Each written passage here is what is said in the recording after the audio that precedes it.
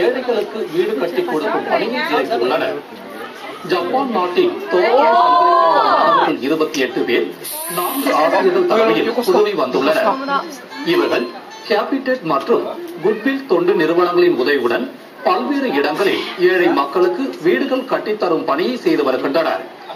இதன் அடிப்படையில் தற்பொழுது இக்குழுவினர் பாகூர் தொகுதி பணித்திட்ட கிராமத்தில் ஏழை மக்களுக்கு இலவசமாக வீடு கட்டித்தரும் பணியில் இறங்கியுள்ளனர்.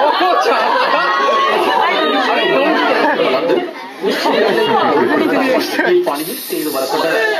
பல்வேறு பகுதி மக்களின் வாழ்க்கை முறையை அறிந்து கொள்ளும் இடமாகவும் பிறருக்கு உதவ வேண்டும் என்ற சேவை மனப்பான்மை அடிப்படையில் இப்பணியை செய்து வருவதாக ஜப்பான் நாட்டு மாணவர்கள் தெரிவித்தனர். இவர்களது பணி அப்பகுதி மக்களிடையே பெரும் வரவேற்பை பெற்றுள்ளது.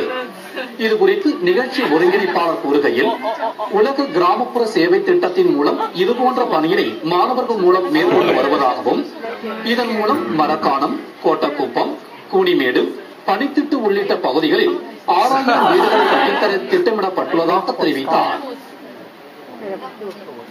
கவளக்குப்பத்தில் இலவச சட்ட உதவி முகாம் மற்றும்